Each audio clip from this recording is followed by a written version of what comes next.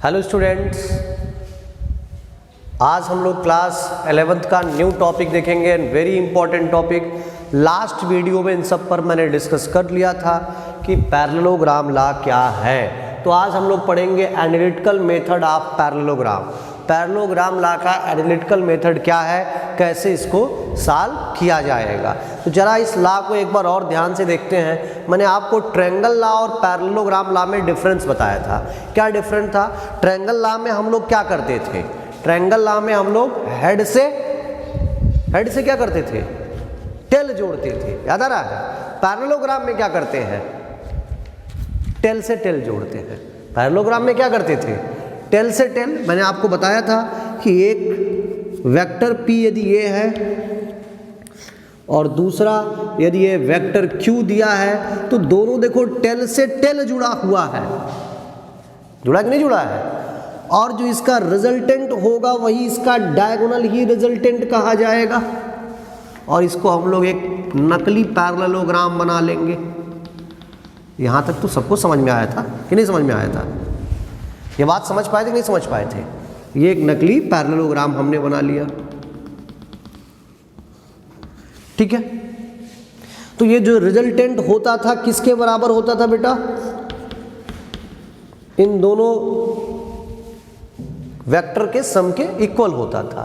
तो जरा इसको पढ़ते हैं ध्यान से, क्या कह रहा है। If two vectors are represented by two adjacent side, अगर दो वेक्टर इसके दो एडजेसेंट साइड्स को रिप्रेजेंट करें ऑफ ए पैरेललोग्राम, किसी पैरेललोग्राम के, इन मैग्नीट्यूड एंड डायरेक्शन, दोनों में, then the diagonal of this parallelogram, यानी इस पैरेललोग्राम का जो डायगोनल होगा पासिंग थ्रू दियर पॉइंट, उस पॉइंट से जो पास करेगा, उसी पॉइंट से ऑफ इंटरसेक्शन, इन दोनों के इंटरसेक्शन से जो पास करेगा, represents resultant of the two vectors, इन दोनों का रिजल्टेंट बताएगा। समझ पा रहे हो कि नहीं समझ पा रहे हो?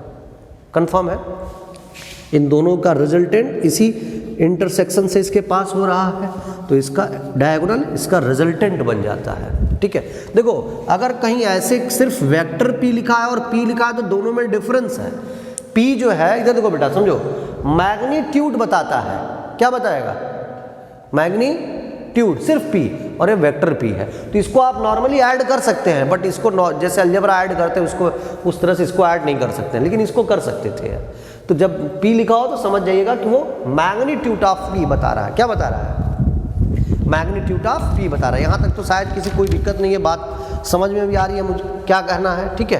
तो हमें इस रिजल्टेंट का, ये जो रिजल्टेंट दिखाई दे रहा है, इसका एक्चुअल मैग्नीट्यूड यदि आपको समझ में आया तो R बराबर P प्लस Q। अब हमें एनालिसिस करना है, मेथड से सॉल्व करके इसका हमें रिजल्टेंट निकालना है कितना होगा। तो दो चीज़ें आपके पास दिया है। क्या क्या दिया है? वेक्टर P गिवन है तुम्हारे पास, वेक्टर Q गिवन है, और मान लो इसके बीच का एंगल जो है थीटा है। क्या है? थीटा। यानी ये तीन चीज़ तुम्हारे पास दिया है। P दिया है, Q दिया, और क्या दिया है? थीटा दिया है। तो अगर हम थोड़ा सा कंस्ट्रक्शन करेंगे, इसको थोड़ा सा आगे बढ़ाएंगे, इस वेक्टर को, इसका मैं नाम लिख लेता हूं A B C D, parallelogram.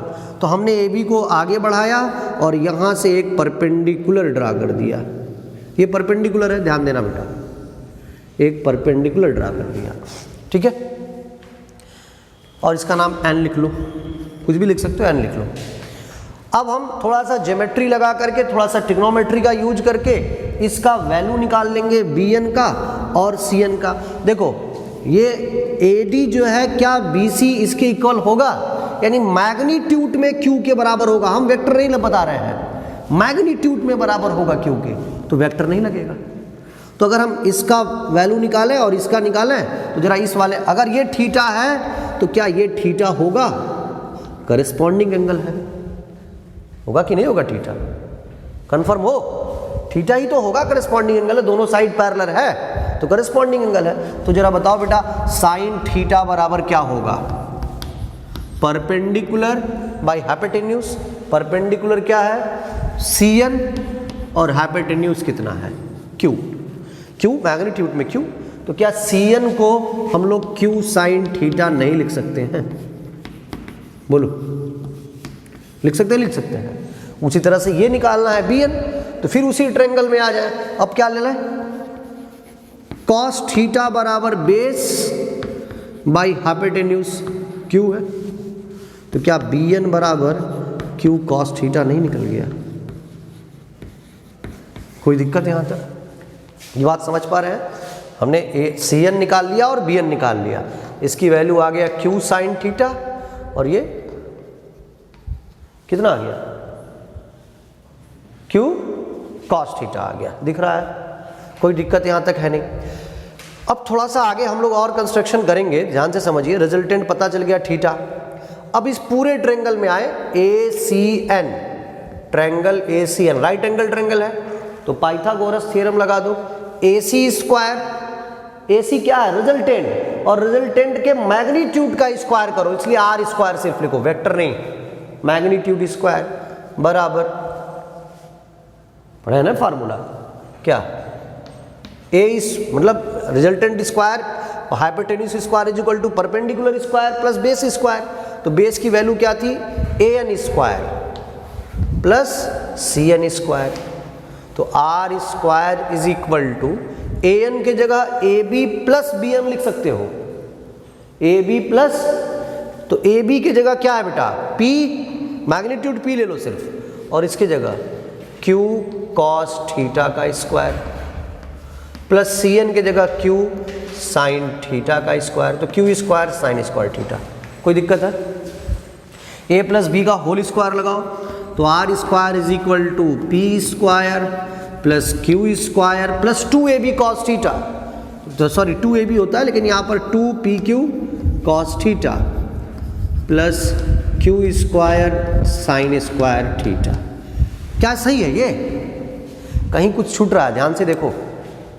A square plus B square, इसका स्क्वायर करोगे तो Q square cos square theta बनेगा। क्या बनेगा? बनेगा या नहीं बनेगा? A square plus Q square cos square theta plus 2AB P Q cos theta plus Q square sine square theta. ये वाला टर्म और ये वाला टर्म एक साथ लिख दो, तो R square, this implies that, बराबर क्या? P square plus Q square cos square theta पहले से था और हमने इसको यहां लिख लिया।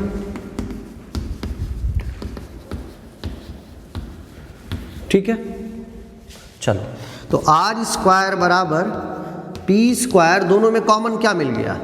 Q स्क्वायर, तो क्या बचा? Sign square theta plus 2PQ cos theta. इसकी वैल्यू कितनी होती है? 1। ठीक है, तो R स्क्वायर बराबर क्या हो जाएगा? P square plus 2PQ cos theta, तो R बराबर कितना?